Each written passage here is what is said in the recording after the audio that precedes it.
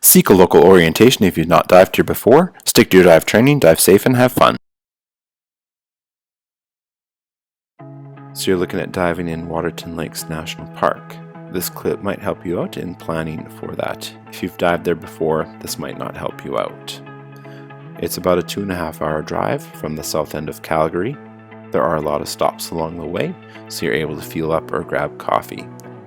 Waterton is made up of 3 lakes, an upper, middle, and lower.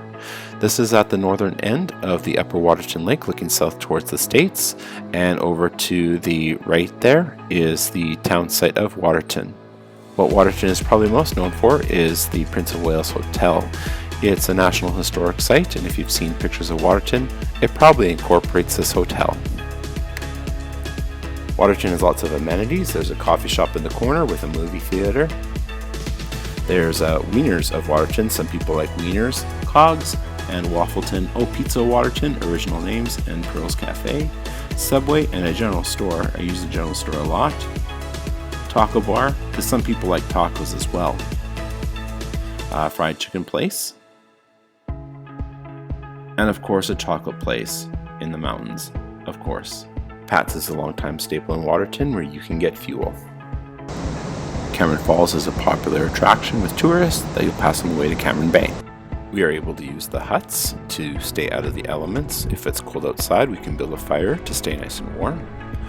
If it is windy out, you can build your gear inside and say a rebreather, which you need to do your testing on. You can do it inside the hut and go outside. Or if it's nice out, just build your gear outside and go from there. The washrooms in Waterton are heated, and I love them. Full stop. You're diving at altitude, so plan your dives accordingly, and remember that when calibrating your rebreather. There are special rules for diving in Waterton Lakes National Park, so make sure to read the signs and complete your paperwork. Inside the box, you'll find the paperwork that needs to be completed upon every visit. There's a top part that needs to be completed and a bottom slip. The bottom slip you'll retain for your records, and the top part will go into the slot on the side of the box right here. As you approach shore, the ground becomes less stable, the rocks become bigger and smoother, which can be tricky to walk on, as well as roots become exposed. So take care in walking with full sets of gear. As you get into the water, make sure your BCD is inflated in case you trip on the rocks. Put your fins on, then put your mask on, regulator in, and then go for your dive. I lucked out in that this was a calm day, so it's very easy to put your gear on. If it's a very windy day, you may need to modify how you put your gear on and when you do your pre-dive safety checks. So I always get asked from people, what do you see when you're down there? And I always joke around, the mud, the bottom, weeds, so on and so forth.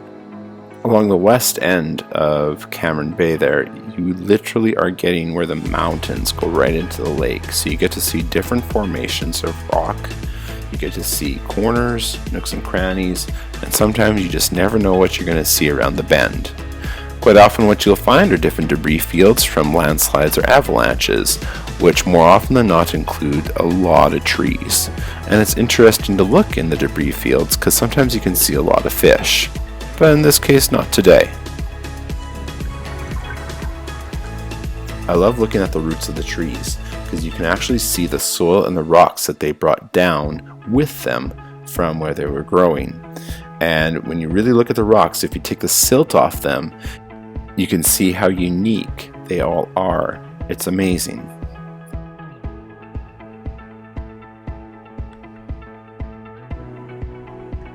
Because of the differing topography and the silt in the bottom, it's important to have really good buoyancy skills.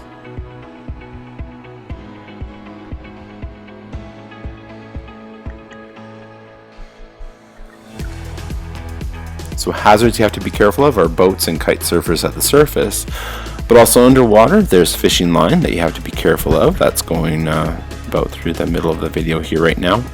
Also, you want to be careful of limbs with the trees. If visibility is really low, you might get snagged up in them. There's another feature, which is man-made. Divers have found a spot where there's a lot of flat stone and have built up a little fort.